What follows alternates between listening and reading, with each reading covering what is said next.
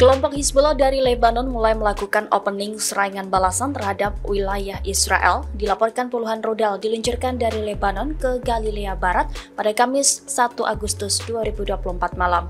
Sistem pertahanan Iron Dome Israel tampaknya kewalahan menangkis serangan tersebut. Adapun serangan ini merupakan pertama kalinya setelah kematian Panglima tertinggi Hizbullah Daud Shukr pada Selasa 30 Juli lalu.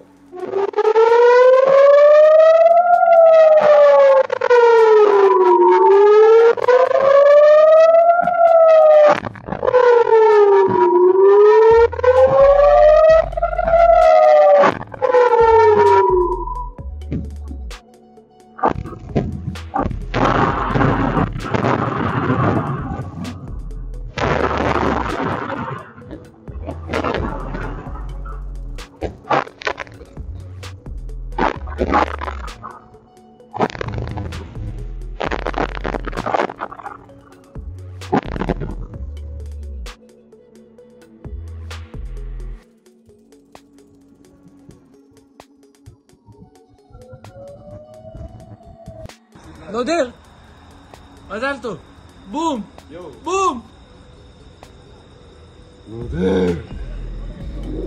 עוד אחד. לא, זה מטוס. היה שם פיצוץ. אזרחי? אמרו שתהיה תגובה היום בלילה. יש פה חיילים, יש פה חיילים. איפה? פה מצד שמאל. שלומי, בעצם. יואו, נודר! 3, 4! מה זה? מה זה?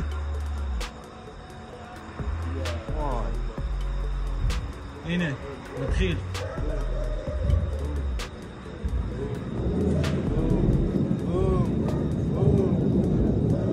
וואי, וואי, וואי, וואי, וואי, וואי, וואי. בבקשה, בבקשה. וואה, לכו לממ"ד. הממ"ד יליל. איזה מר.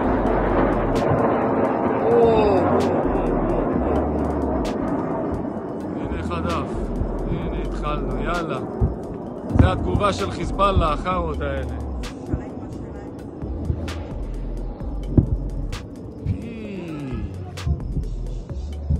איזה פיצוצים, איזה דבר זה, אללה.